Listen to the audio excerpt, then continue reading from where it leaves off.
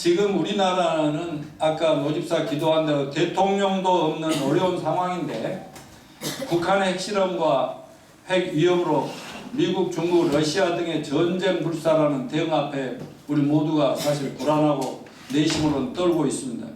왜 우리가 전쟁을 두려워합니까? 그냥 이 핵전쟁이라는 게 그 얘들의 그 전쟁 놀이가 아니거든요. 또 폰이나 컴퓨터에서 하는 전쟁 게임이 아니에요. 이거는 핵이 한 방만 터졌다 하면은 우리 서울 사람들은 그냥 가는 거예요. 어디 뭐 숨을 때도 도망갈 때도 없어요. 내가 그냥 농담으로 강남역 지하실로 다 모이라고 했지만 오다가 날아가 버릴 수도 있어요. 그러니까 가만히 앉아서 죽을 수도 있어요. 그러니까 뭐 대책이 안 서더라고. 무슨 일이 생긴다면 그때서 표 끊으려고 막 미국 도망가려고 해도 표도 없어. 여러분 전쟁이라는 것은 죽음 때문에 두려워하고 왜 병 걸린 거 두려워해요? 죽음이 두려워서 그런 겁니다.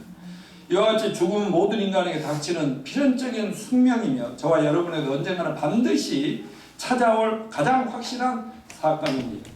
아무리 과학 문명이 눈부시게 발달하고 화려한 문화가 꽃피워도 인간을 이 죽음에서 구원해 줄 그런 길은 없는 것입니다. 세상에서 아무리 강한 군왕이요 천하가 벌벌 떠는 정복자라도 예를 들어 알렉산더 또 나폴레옹 징기스칸 대단한 정복자들이 할지라도 죽음의 폭군 앞에서는 속수무책으로 한 방에 가버리더라 그 말이에요. 뭐 우리나라 뭐 5.16 혁명을 이겼던 박정희 대통령도 자기가 믿던 부하하고 술자리에서 여자 끼고 술자리에서 하다가 한 방에 그냥 총 한 방 빵 쏘니 그대로 피고로 가버리는 거예요. 뭐 부자들도 돈으로 못 막는 게 죽음이죠. 죽음의 사자가 찾아오면 아무리 바빠도 바쁜 걸로 소용이 없어요. 할 일 많고 중요한 직책을 가졌다 하더라도 그 사정을 봐주지 않고 죽음은 우리를 덮쳐버려요. 그 때문에 성경에서는 죽음은 인간 최대의 원수고 원수 중의 원수고 마지막 원수가 죽음이다. 그렇게 말을 합니다. 지난주에도 말씀드렸듯이 인간 중에 죽지 않는 자가 누가 있겠습니까? 종교 창시자들 말하자면 우리 종교로 오면 그냥 영생하고 뭐 영원히 극락하고 그러지만 다 그들도 죽었어요. 석가도 죽고 공자도 마호메트도 다 죽었어요. 우리 예수님도 십자가에서 한번 죽음을 체험하셨어요. 부자도 가난한 자 남자 여자 남녀 뭐 빈부 기천 상관없이 다 죽음 앞에서는 속수무책입니다. 그래서 성경은 따라서 한 번 죽는 것은 사람에게 정하신 것이요. 누가 정해서 하나님께서 죄를 짓자마자 내 이놈 하고 너는 죽어야 된다 선언했습니다. 그래서 철학자 케르 케골이라고 하는 철학자는 뭐라고 그랬냐면 인생이란 뭐냐? 사형 온도를 받고 사형 선고를 받고 교도소에서 그 죽을 날을 기다리고 순번을 기다리고 언제 나를 부를까 하면서 자기 순번을 기다리는 사람들과 똑같다고 그랬어요. 그러니까 사형당할 사형수들은요 남들이 나가는 곳에서 이제 사형 당하는구나. 나는 언제 부름받을 그 아무도 몰라요. 어느 날 갑자기 부르면 가서 그대로 죽어버리는 거예요. 그래서 인간 날마다 사망의 위협을 받고 있고 이 세상에 날마다 사망의 슬픈 곡성이 들리지 않는 날이 없어요. 세월호 참사 30년이 며칠 전이었죠. 14일. 그런데 지금도 그때 상황을 보면은 가슴이 먹먹해지잖아요. 우리들 온 국민이 그런 느낌인데 그 자기 목숨을 바쳐서라도 살리고 싶은 자녀들이 물속에서 엄마 나 죽을 것 같아 이러다 가버릴 때 이건 어떻게 해주지 못하니까 부모들의 삶이 엉망이 돼버렸어요. 말하자면 온전한 생활을 할 수가 없어요. 오직 그 9명 그 아이들 미수습자 부모들은 삶 자체가 온전히 거기서 그 아이들을 바라보면서 인생이 그렇게 가버리는 거예요. 그러니까 죽음이 닥치면 아무리 금슬 좋은 부부도요 그냥 깨져버리는 거예요. 그렇다면 이런 무자비한 죽음 앞에 무력한 우리에게 대안은 없는가? 어떤 소망은 없는가? 소망이 무엇이 있다면, 자, 뭐가 소망이에요? 죽은 자가 다시 살아날 수 있다는 부활의 소식입니다. 죽은 자가 다시 산다. 대단히 좋은 얘기지만 죽은 자가 다시 살 수 있다니 이런 소망?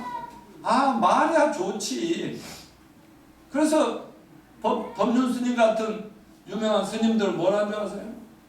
그냥 부활이 있다고 믿고 사는 게 좋겠어. 자기는 안 믿어. 그러면서 믿다고, 천국이 있다고 믿고 사는 게 좋지 않겠어요? 이 정도 답변밖에 못해요. 믿음이 있어서 하는 얘기가 아니에요. 여러분, 설마 하면서도 참으로 믿기 어렵지만 우리는 예수 그리스도가 부활하신 데서 소망을 발견할 수가 있습니다. 왜냐하면 예수님의 부활 사건은 바로 우리 죽을 수밖에 없는 인생들에게 너무나 놀랍고 신비한 소식이 아닐 수가 없기 때문입니다.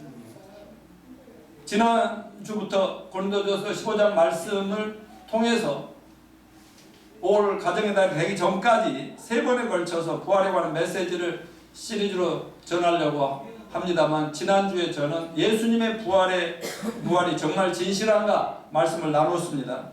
오늘은 두 번째 메시지로서 우리 믿는 자들이란 부활을 믿지 않을지라도 우리 몸이 부활한다고 할 때 과연 부활한 몸은 어떤 모습일까?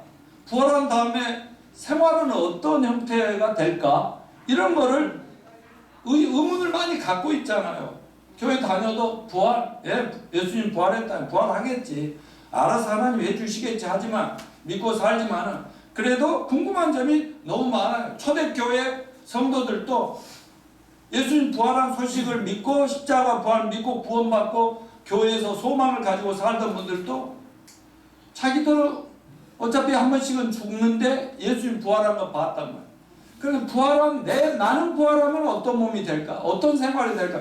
굉장히 궁금했어요. 그래서 35절에 누가 묻기를 죽은 자들이 어떻게 다시 살며 어떤 몸으로 오느냐 하리니, 이런 의문들이 사람들 속에 많이 있는데, 여기에 대해서 하나님으로부터 기도하면서 성령의 역사로 말미암아 깨달음을 갖고 해답을 찾은 것이 오늘 본문입니다. 두 가지죠.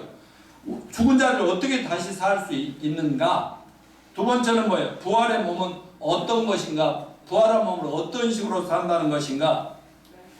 하는 것인데, 오늘 이 말씀을 귀담아 잘 들으시고 한번 여러분의 상상력을 최대한 동원해서 나는 죽어도 다시 이런 삶으로 계속 영원히 가는 거구나 하는 부활의 소망을 가지고 승리하시는 성도 여러분 되시기를 축원합니다.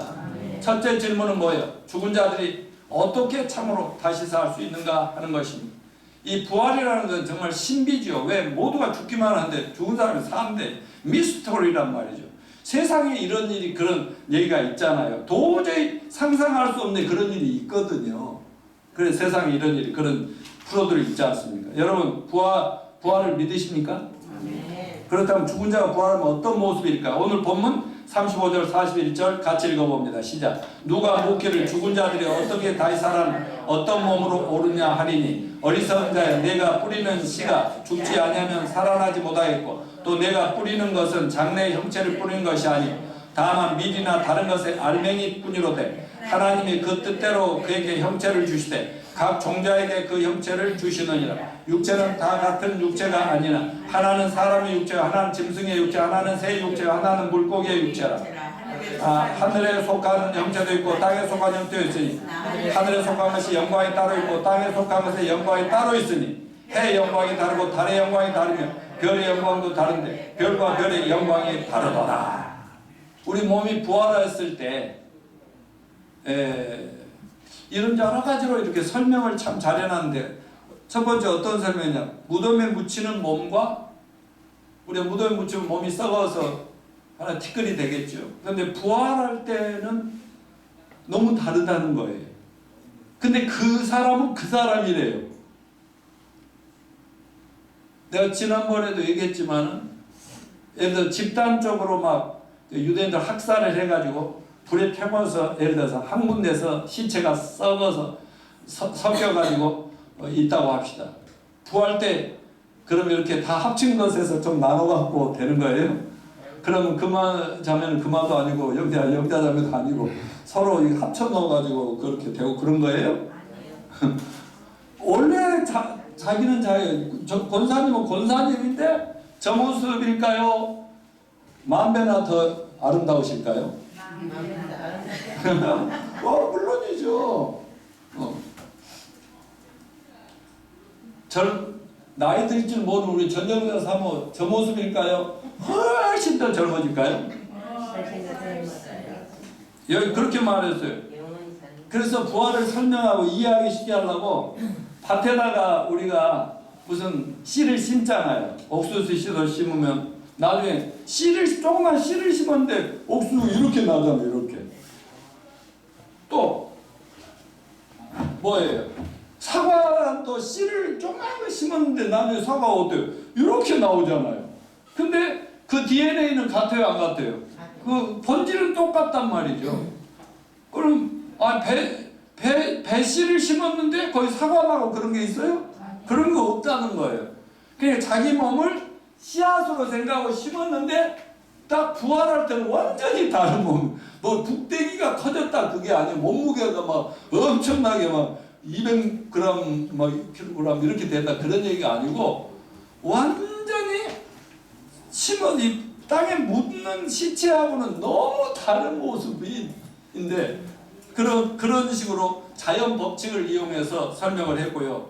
또 부활 후에 성도들의 형체와 영광이 크기가 다 다르다고 했어요. 그러면서 뭐라고 비유했어요? 몸도 말이죠. 육체라고 해서 사람 육체만 있는 걸 개 육체도 있고 돼지 육체도 짐승 육체도 있고 말이죠. 고양이 육체도 있고 뭐 몸이 다 다르듯이 우리들도 부활했을 때 다 같이 다 틀리다는 거. 그때도 개성이 있겠어요, 없어요?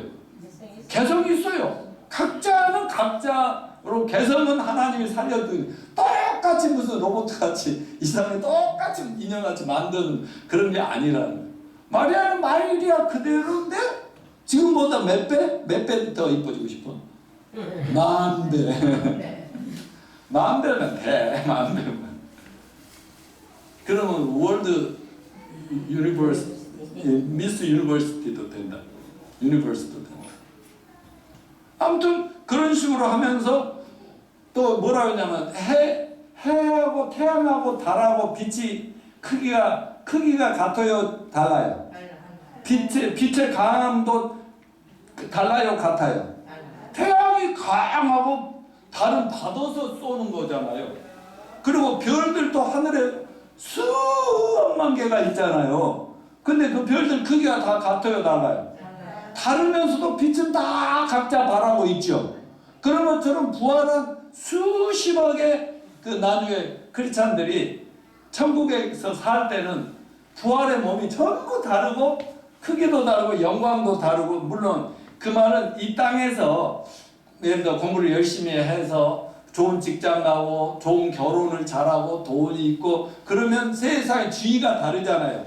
그리고 대통령 정도 만나면 뭐라고 그래? 영광입니다. 그러는데 아니 나 같은 사람도 며칠 전에 고속터미널 앞에서 여수 지구촌교회 목사님 팀포티 때문에 세미나 때문에 그분이 올라와서 만났는데 나를 일찍이 익히 잘 알고 있었다고 하면서 팀포티를 나보다 먼저 지금 시작하신 분이 나보다 훨씬 큰 교회도 하시고 그분이 영광입니다 이렇게 베껴도 그러니까 그건 뭐예요? 빛이 안 나는 것 같으면 여러분은 내 빛을 모르지만 그 빛을 알아주는 사람이 있어. 그러니까 그 영광이란 말 무슨 말인지 알겠죠? 빛나는 거야. 하나님이 빛나게 우리 인생들 부활 후에 빛나는 거예요. 부활 후에. 믿어지십니까? 그러니까 몸은 그 사람 그 몸인데 부활 후에 형태나 그 하나님이 알아주시고 세상에 막 그 사람들이 막 좋아할 수밖에 없는 그런 빛나는 영광이 다 다르다. 그러니까 부활하면 서로 알아볼 수 있을까요? 못 알아볼까요? 충분히 알아보고 정명란 자매 또 누구 전부 알아는 보는데 이 세상에서 보던 모습하고는 너무 달라져가지고 감히 어이구 전부 다 우리 서로 영광입니다. 미리 합시다. 미리 영광입니다. 이렇게 함께 교회를 섬기게 돼서 영광입니다. 마리아는 엄마한테 내 엄마가 돼주셔서 영광입니다. 마리아 내 딸 돼줘서 영광이다. 그렇게 합니다. 그런데 우리가 부활 후에 우리의 정체가 어떤 것을 알기 위해서는 소생과 부활의 차이를 알아야 돼요. 소생이란 말 있죠. 소생했다, 부활했다. 이거 다 완전히 다른 거예요. 희귀한 세균성 수막염으로 그 병이 걸렸다면 생존율 10%밖에 안 돼요. 10명이 그 병 딱 세균이 한 마리 들어가서 뇌를 치면 10명이 걸리면 9명 무조건 죽어야 돼요. 1명 겨우 사는 그런 뇌사 상태 7일 만에 죽음을 체험하고 돌아온 하버드 대학의 신경외과 의사가 사후 세계를 증언한 내용이 나는 천국을 보았다. 천국에 대한 증거 The Proof of Heaven이라고 이런 책을 썼는데 그 이제 두 번째 이야기도 나왔더라고요. 근데 이분은 세계적인 대학이라는 듀크 대학에서 의학 박사 학위를 받고 하버드 메디컬 스쿨에서 의사와 교수로 근무했는데 논문 발표만 150여 건을 하고 어마어마한 의사들의 그 학자들의 컨퍼런스에서 200번 이상 그 연구 발표를 하는 등 뇌와 의식의 작용에 관한 뛰어난 업적을 쌓은 세계적인 뇌의학 권위자이자 신경의학과 전문의였습니다. 이분 알렉산더 박사인데 이분은 평소에 딱 무슨 그 세균 이상한 세균 하나가 뇌에 침투해가지고 7일간 완전히 죽어버리거든요. 그 전까지는 그러다가 살아났는데 7일만 다 죽은 걸로 했는데 살아난 거예요. 그런데 그 전까지는 물질적 과학적인 세계관을 가져 성경적인 세계관 말하자면 하나님이 천지를 만들었고 이 눈에 보이는 세계가 아니라 내세 다음 세상도 있고 또 뭐 그런 인간의 부활도 있고 이런 거를 다음 세상을 그 믿지는 않고요 의심을 하고 있었던 사람입니다. 그런데 많은 사람들이 천국과 내세 안 믿다가도 어쩐 줄 압니까? 한번 갑자기 죽었다가 살아나는 체험을 하면 이걸 임사체험이라는 이 체험을 하고 나면은 다 완전히 생각이 달라져요. 생활도 달라지고요. 우리 마리아는 죽지 않았어요. 조그만 병이지만은 잠깐 죽는 줄 알았어요. 그것만 갖고도 완전히 달라져 버렸잖아요. 11시 예배가 얼마나 중요한지 알고 너무 고마워. 난 너 보니까 막 힘이 더 나가지고 더 힘차게 설교할 수 있을 것 같아. 근데 한번 완전 죽었다가 며칠 만에 다 죽은 줄 알고 장사 지내려는데 살아나. 그런데 왜 변화되냐면요. 죽은 다음에 죽으면 끝난 줄 알았더니 죽은 다음에 세상이 있더라는 거죠. 그러니까 완전히 달라져가지고요. 교회도 찾고요. 신앙을 갖게 되는 그런 사람들이 너무 많은데 이분은요. 자기가 뇌과학자니까 그냥 육체가 잠시 죽어 있는데 뇌 속에서 어떤 환상을 보는 거냐 이런 건지. 근데 모든 의사들이 그 과학자 그 의사가 죽으니까 뇌를 완전히 전부 연구를 해요. 뇌가 완전히 멈췄어요. 아무 기능도 없어요. 그게 완전 죽은 거죠. 그럼에도 불구하고 이분은 살아났을 때 뭐라고 해야 하냐면 이거는 내가 그냥 환상을 뇌는 좀 살아있어가지고 뇌 기능으로 뭘 봤다는 게 아니라 나는 내 몸을 떠난 내 영혼이 저 다른 세상을 돌아다니다가 왔다는 그런 거를 그래서 이제 의사보다는요 그걸 증언하러 다니고 TV에 나가서요 저 전도하고요 이렇게 하고 있어요. 완전 달라진 사람이에요. 그런데 이런 알렉산더 박사님 같은 분이 다시 무덤에서 살아난 것을 뭐라고 그래요? 소생이라고 그래요. 소생. 성경에도 소생이라는 예가 있죠. 뭐예요? 나사로. 예수님이 죽은 지 나흘 되는 그 무덤 속에 썩어가는 나사로 예수님이 일어나라 하니까 일어났잖아요. 살아났어요. 근데 나중에 또 죽었어요, 안 죽었어요? 또 죽었어요. 그런 걸 소생이라고 그래요. 그런 잠시 죽었다가 소생한 임사체험자들이 세상에 너무너무 많이 있어. 그들이 쓰는 책도 많이 있는데, 저는 이 부활 설교할 때마다 여러분들이 제발 이 책은 한번 읽어보라고 소개하는 책이 있는데, 세네카 소디가 쓴 내가 가본 천국. 저는 많은 사람들이 이걸 추천을 해요. 근데 책이 없어요. 근데 인터넷에 세네카 소디하고 내가 가본 천국 치면요, 쭈르륵 나오는데 그분이 써놓은 걸 누가 이렇게 거기다 올려놓은 것들이 있어요. 한 번쯤 심심할 때 한 번씩 읽어보면, 죽은 다음에 어떻게 되고, 천국이 어떤 모양으로 되고, 천국 생활이 어떻게, 이런 거를 우리가 좀 깨달을 수 있는 아주 좋은 내용이니까 꼭 읽어보시길 바랍니다. 일단 소생은 죽었다가 살아나는 거예요. 그런데 다시 죽어요. 근데 부활은 뭐예요? 한 번 죽었다가 살아나면 영원히 죽지 않고 그대로 사는 거. 그런 분 누구 있어요? 예수님 한 분밖에 없어요. 아멘이죠? 저 유고슬라비아라는 그 유럽의 나라에 어느 판사가 감전으로 사망을 했어요. 그런데 그 지방에서는 시신을 공동묘지 안치소에 24시간 동안 두었다가 땅속에 묻는 그런 풍습이 있었어요. 근데 죽었던 판사가 24시간 되기 전에 밤에 한밤중에 살아나 버렸어요.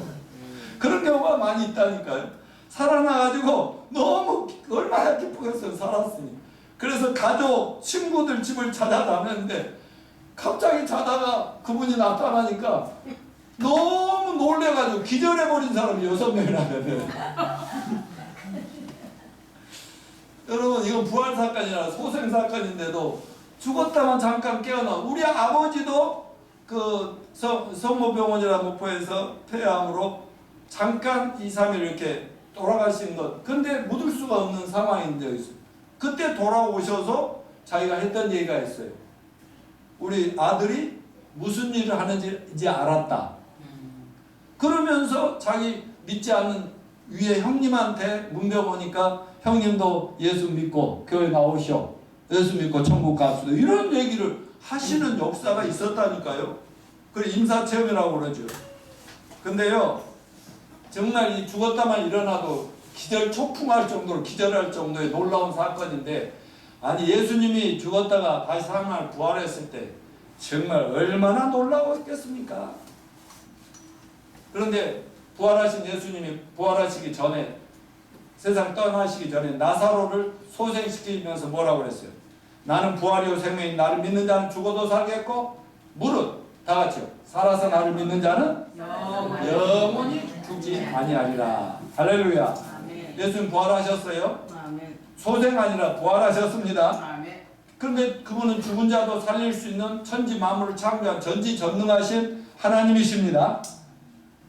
그런데 그분이 죽으셨는데 3일 만에 분명히 온 세상이 깜짝 놀랄 만큼 비참하게 죽으셨고 무덤에 넣었는데 사흘 만에 딱 나타나 부활하셔서 여기저기 나타나실 때 얼마나 기절초풍했겠어요. 아마 너무 놀라면 우리가 기가 막힌다는데 더 놀라면 돼요. 코가 막히고 눈이 막히고 입이 막히고 이런 지경 아니었겠습니까? 그런데 예수님은 너희들 기절할 틈도 없다. 너희들 다 보여줬으니 온 세상에 다니면 만민에게 사람이 죽어도 다시 사는 부활이 있다는 것을, 그 소식을 전해라 하면서 최고의 사명을 우리에게 주고 가셨습니다. 그럼 우리는 예수 안에 부활의 소망을 믿고 확신하며 가질 수가 있다고 저는 믿습니다. 어떤 종교도 부활을 얘기하지 않아요. 불교에서는 그냥 환생이니 뭐 윤회설이니, 그래서 우리가 좋은 일 하다 죽으면 뭐가 될 수도 있고 돼지가 될 수도 있고 소가 될 수도 있고 만일에 그렇게 짐승으로 환생한다면 우리 정명란 자매는 뭐가 되고 싶어요? 자면 당연히 사람으로 되고 싶었죠. 네. 여기 내 전도 대상, 구원 대상 이 앞에 이발소 그 주인은 내세는 믿는데, 어려서 교회를 다녔거든요. 죽은 다음에 세상은 믿는데 자기는 그냥 천국 가는 거 아직 모르니까 그래요. 아니 모르니까 믿어지지 않으니까 그런 말인데 자기는 별이 되고 싶어요. 별. 죽은 다음에 별이 되고 싶다. 그러니까 온갖 사람들이 상상해서 죽은 다음에 너는 이렇게 변화될 거야. 그러니까 좋은 일에 너 지렁이로 안 태어나고 달팽이로 안 태어나고 싶으면 좋은 일 하라든가 별 이런 소리를 하는 거 아닙니까? 인도에서 유명한 스탠리 존스 선교사가 그 진짜 이 복음을 정확하게 아는 선교사들은 어디를 가나 누구를 만나든 맨날 전도를 하는 거예요. 그 틈만 있으면 예수님의 십자가 부활의 복음을 전하는 거예요. 저도 뭐 우리 와이프가 증인이지만 내가 뭐 남미를 가든 어디를 가든 에리베를 타든 뭐 유럽 여행을 가든 틈만 있으면 옆에 있는 분들에게 언제 만날지 모르니까 그분들한테는 뭐 끓일 게 없죠. 그러니까 막 담대 복음을 전하는. 하루는 스탠리 존스 선교사가 이렇게 길거리에서 많은 사람들이 본 데서 막 이렇게 뭐 사과 상자 같은 거 하나 올려놓고 설교를 하고 있는데 이슬람 신자가 마호메 투교 신자가 설교 중간에 끼어들면서 우리는 당신네 기독교인들이 가지고 있지 않는 한 가지를 가지고 있습니다. 그래서 스탠리 존스 선교사님 그게 무엇입니까? 그러니까 이슬람 신자가 이렇게 말했어요. 우리는 메디나에 가보면 우리가 숭배하고 경배하는 마호메트의 무덤이 엄청나게 있고 거기에서 많은 사람이 경배를 합니다. 그렇게. 그런데 당신들은 가상이 뭐 있었는지도 없었는지 모르는 예수를 이렇게 전도한다고 다니니 당신의 기독교는 뭐 예수 무덤이 어디 있어요? 뭐 그러더래. 그래서 스탠리 존스가 고맙습니다 하고 인사를 하고 뭐라고 대답했겠어요? 당신의 말은 모두가 사실입니다. 그게 바로 당신네 종교하고 우리 기독교가 다른 이유입니다. 우리 예수님은 돌아가셨다. 당신 죄를 위해 돌아갔다. 삶 안에 부활해서 지금 천국에 가셨으면 무덤이 있을 필요가 없는 것이지요. 아멘입니까? 이런 놀라운 얘기를 통해서 복음을 전했던 것입니다.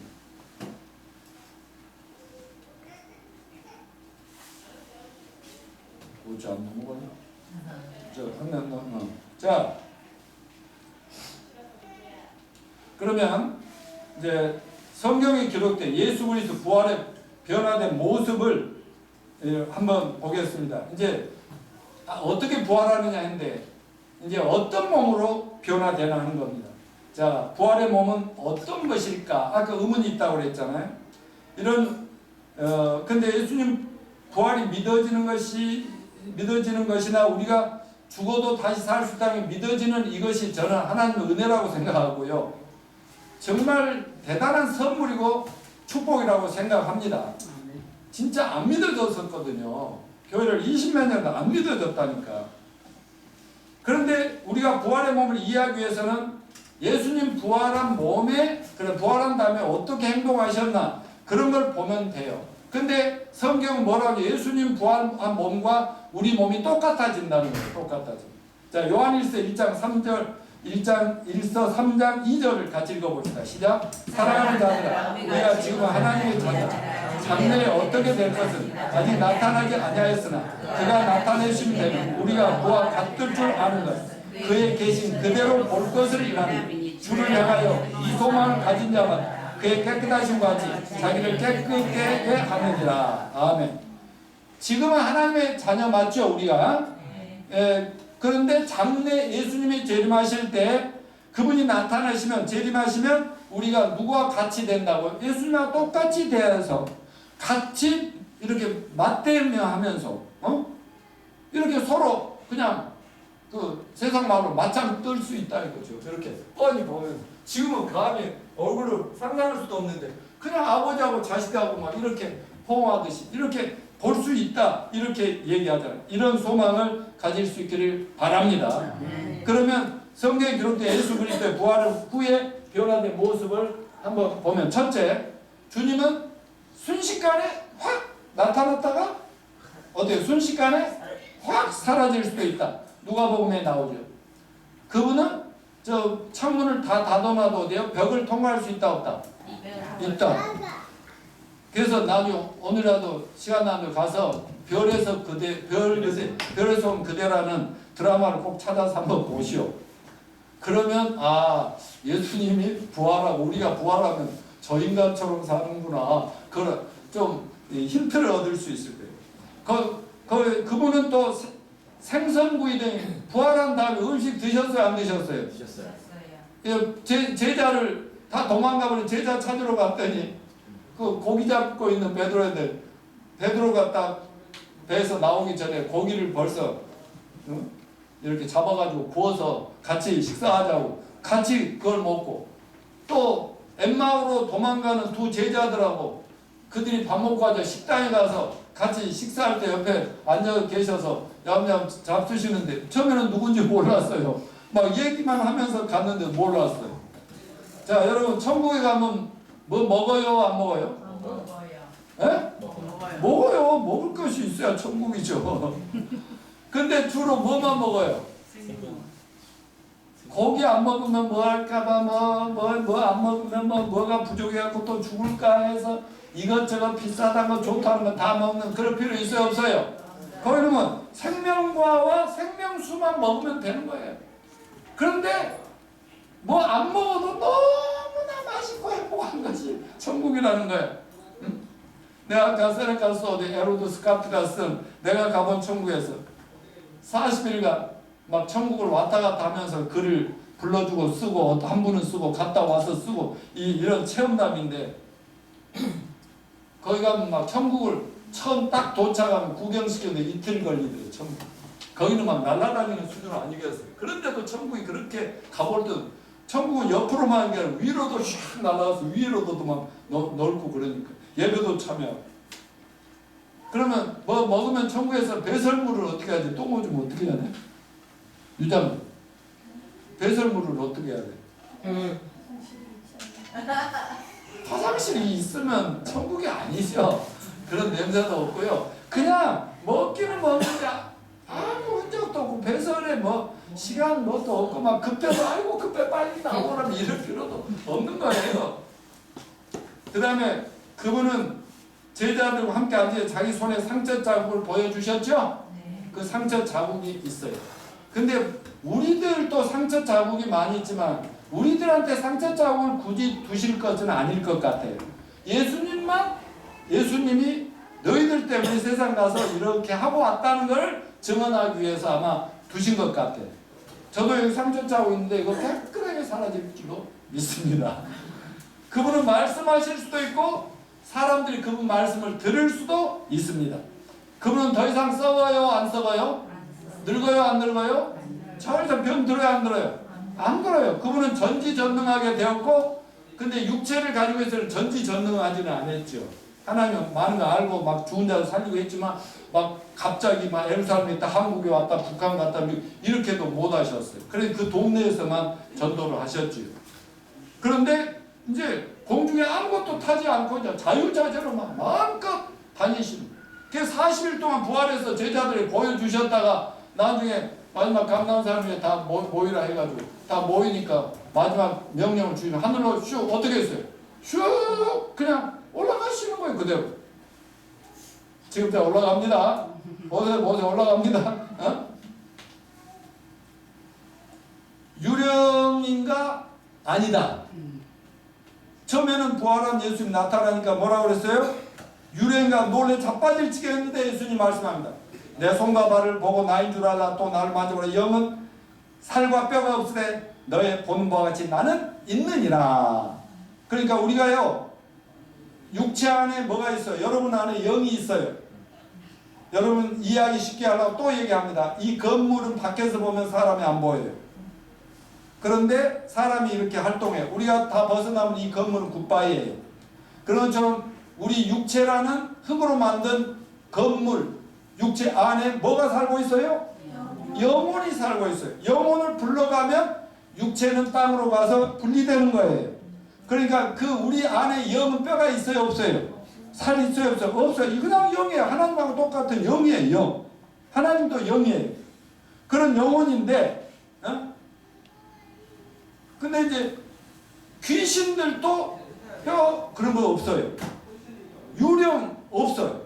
근데 예수님은 유령이 아니라고 다 만져보라고 다 보여준 거예요. 그러니까 우리도 부활하면 그런 몸이 되지 않겠습니까? 우리가 부활할 때 세상에 우리는 미완성 작품으로 흙으로 된 인간 육체를 가져와서 늙고 병들고 또 상처받고 죽는 거예요. 그렇지만 부활했을 때는 완성되는 겁니다. 완성. 노양모가 아직 미완성 작품이라는 걸 알아두십시오. 예, 하나님 만나면서부터 이제 인격적으로 조금씩 그 예수 구원 안 받을 때가 달라지고 있고요. 점점 성화되고 있는데요. 아직도 모자라죠. 그런데 어느 날은요, 점점 나이가 들어가면 예수님 닮아가다가 몸 전체가 완전히 바뀌어버려요. 그러면 완벽하게 변화돼 버립니다. 이게 부활인 줄로 믿으시길 바랍니다. 아멘. 우리가 변화될 부활의 몸을 본문에서 4가지로 요약 정리했는데, 예, 간단하게 정리합니다. 부활은 뭐예요? 썩지 아니할 몸으로 다시 산다. 지금 몸은 어때요? 예, 조그만 세균 하나만 들어와도 금방 병들고, 뭐 음식 뭐 좀 잘못해서 장모님 그냥 아침에 뭐 싹 싸고 뭐 이런 얼마나 비장의 인간들. 나 이런 것을 노출하면 안 되는데 할 수 없어요. 인간은 누구나 그러는 거예요.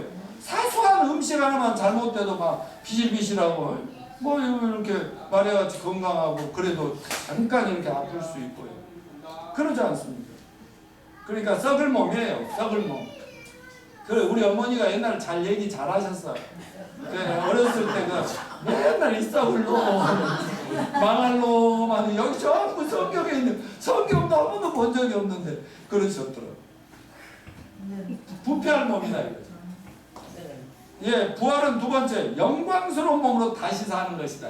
지금은 어때요? 욕된 거, 천한 거, 수치스럽고 너무나 미천해요. 그래서 뭐 학벌로, 재산으로, 돈으로, 권력으로 자기를 포장하려고 하는데 가만히 삶을 보면요, 전부 미천하고요, 아주 천하디 천하고요, 나중에 가만히 놔두면 본질이 다 나오고요. 말이 있어요.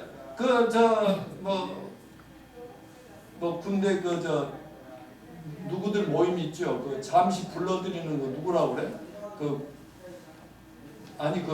군사 훈련할 때 예비군 훈련 받으려면 뭐 사장님, 회장님, 뭐 어떤 사람 다 예비군에 가잖아요. 그러면 딱 군복 입고 그러잖아요. 군복 입으면 다 개같이 다 된대. 다 똑같아.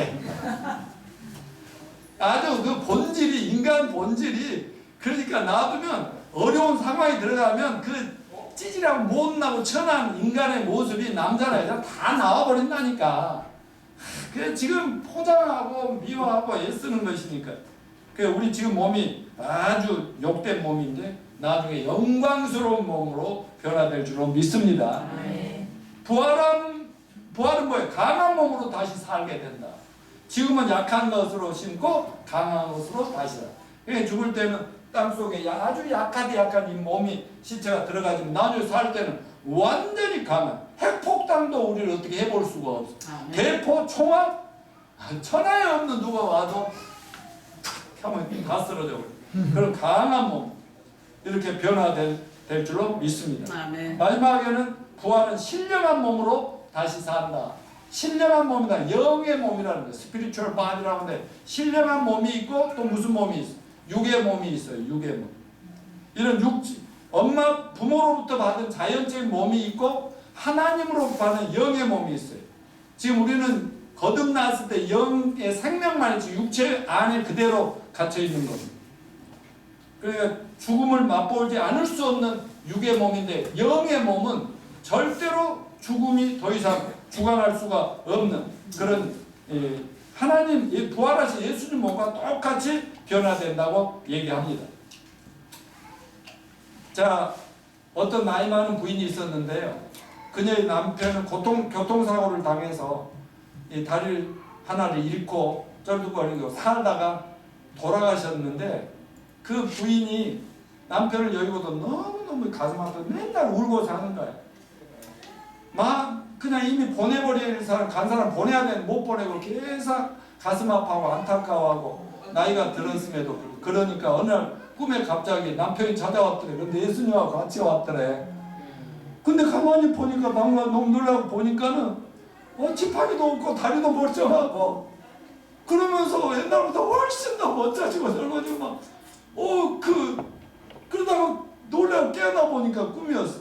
꿈이지만 그때 이제 내가 보내야 되겠구나, 하나님께 맡겨야 되겠구나 하고 나니까 마음이 편안하게 여생을 보냈다는 얘기가 있습니다. 여러분, 부활의 신비를 믿읍시다. 부활의 소망을 가집시다. 하나님 우리에게 주신 부활의 몸, 가장 완성되고 완벽한 그리고 영원한 몸이라는 사실을 잊지 마시길 바랍니다. 자, 그러면 어떻게 해야 우리가 이런 부활의 소망을 가지고 죽음이 닥쳐와도 그걸 두려워하지 않고 정복하며 살아갈 수 있는가? 밑에 얘기만 읽어주세요. 고린도전서 15장 24절 시작. 내가 전하고 잣대 밑장 그로 말미암아 구원을 받으리라. 내가 받은 것을 먼저 너희에게 전하니 이는 성경대로 그리스도께서 우리 죄를 위하여 죽으시고 장사 짓는 바 되셨다. 성경대로 사흘 만에 다시 살아나사. 아멘. 자, 이건 믿으면 되는 거예요. 누구든지. 지금 왜 하나님이 안 보이냐? 죄 때문에 안 보이니까. 예수님이 십자가에서 내 죄 때문에 돌아가셨다는 말을 듣고 그걸 깨닫고 믿으면 죄가 있어요, 없어요? 없어지죠. 없어지면은 부활은 말 안 해도 믿어진다니까. 그 의심스러운 성경들이 다 믿어진다니까. 왜 사람들이 예수 잘 안 믿고 하나님 막 반항하고 그런지 아세요? 죄가 많으니까요. 원래 죄인은요, 하나님 지 안에 지가 악하니까 진리를 거부하고 예수님을 막 욕하고 하나님 욕하고 이러는. 근데 그 죄를 용서받잖아요. 그럼 사람 마음이 너무 너그러워져 가지고요, 하나님 너무너무 감사합니다. 믿으라 안 해도 다 믿어져 버려요. 아멘입니까? 그러니까 성경대로 예수님은 나의 죄를 위하여 십자가에 죽으시고, 이게 먼저 깨달아져야 돼. 회개하고 자기가 죄인인 걸 깨달고 이건 믿어지면, 그리고 성경대로 살면 부활하신 것을 믿어버리면 구원을 얻는 것입니다. 그러게 되면은 이제 죽음이 무섭지 않죠. 영화 배너 한번 넘겨보세요. 이게 원작자 루이 월리스 장군인데 이번 작가죠. 이분이 기독교인들이 너무 미워갖고 사도 바울처럼 예수쟁이들 막 자기 예수 내가 본 적도 없는데 막 부활했다고 난리니까 이거를 반박해서 저것들을 작살내버리려고, 기독교를 없애버리려고 전 세계를 돌아다니면서 이런 경전을 조사하고 자료들을 분석하던 가운데 얼마 안 가서 예수님한테 무릎을 탁 꿇어버리고, 알면 알수록 예수라는 분이 있었고 역사적인 인물이고 이거는 팩트고 사실이고 죽었다 부활했다. 그래서 거기서 구원을 받고 전도하려고 이 영화를 만들어서 온 세상에 지금 오래된, 내가 중학교 때부터 보는 영화입니다. 이 영화 엄청나게 많은 수없이 지금 또 새로 만들었더라고요. 얼마 전에. 이런 책 한동대 넘겨봐. 이 화살표 보여요? 네. 거기에 이제 지금 한동대 총장님이 아주 대단한 한국의 원자력 과학자 천재죠. 카이스트라는 유명 대학의 부총장을 오래 하셨고. 그 옆에 누구 있어요? 네, 저기. 며칠 전에 여기 했던 거. 지금 인터넷 언론에 보니까 막 이런 것들이 막 계속 뜨고 있더라고요. 우리 함께하는 사진.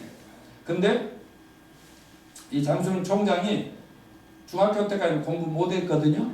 근데 고등학교 1학년 때 열심히 공부했더니 전교 1등이 나버렸어. 그러니까 딱 그것이 좋은 게 중요한 게 아니라 전교 1등 되고 나니까 인생의 허물을 느껴. 그래, 이렇게 공부 잘해서 과학자가 되거나 세계 대통령이 성공하면 뭐하냐. 죽음이라는 문제, 어린 나이에 죽음이라는 것이 딱 자기의 마음에 걸려 있었던 거야.